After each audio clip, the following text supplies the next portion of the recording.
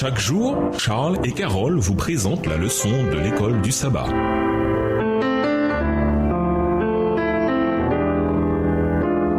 Bienvenue dans votre émission. Dieu nous parle. Nous voilà à la leçon de vendredi. Pour aller plus loin, il est difficile d'imaginer comment, même dans les meilleurs moments comme à l'époque de David et Salomon, le peuple d'Israël a pu recevoir tant de bénédictions de la part de Dieu et pourtant opprimer autant les pauvres, les plus démunis et les exclus parmi eux. Aussi, parce que vous avez foulé aux pieds le pauvre et que vous avez pris de lui du blé en prison, vous avez bâti des maisons en pierre de taille, mais vous ne les habiterez pas. Vous avez planté d'excellentes vignes, mais vous n'en boirez pas le vin. Car je le sais, vos transgressions sont multiples. Vos péchés sont nombreux. Vous opprimez le juste, vous acceptez des pots de vin, et à la porte de la ville, vous écartez les pauvres. Amos 5, les versets 11 et 12. Le Seigneur entre en jugement avec les anciens de son peuple et avec ses chefs. Vous avez dévoré la vigne. Ce sont les biens dont vous avez dépouillé le pauvre qui remplissent vos maisons. Ésaïe 3, le verset 14. À méditer. Les enfants d'Israël devaient se rappeler qu'ils avaient été des étrangers en Égypte. C'était une des raisons pour lesquelles ils ont dû traiter les étrangers et les exclus en Israël comme ils auraient souhaité l'être quand ils avaient eux-mêmes été dans cette situation. Quel est le lien entre cette vérité et l'évangile, à savoir l'idée selon laquelle par le sang de Jésus, nous sommes libérés de l'esclavage du péché? De quelle façon ce que Jésus a fait pour nous devrait influencer notre façon de traiter les autres, en particulier les plus démunis? Pourquoi? Réfléchissez à cela. Nous pouvons adorer Dieu le jour où il nous demande de le faire, comprendre la vérité sur la mort, l'enfer, la marque de la bête et ainsi de suite. C'est très bien. Mais que signifie tout cela si nous traitons les autres avec méchanceté, si nous opprimons les plus faibles ou si nous ne rendons pas la justice équitablement lorsque nous devons juger une situation? Connaissant la vérité, pourquoi devoir justement à tout prix éviter de penser que c'est la seule chose que Dieu attend de nous? En quoi cela peut-il être dangereux pour nous? Dans quelle mesure notre foi devrait-elle nous aider à comprendre ce que l'on appelle communément les droits de l'homme? Au revoir. Et à demain si Dieu veut.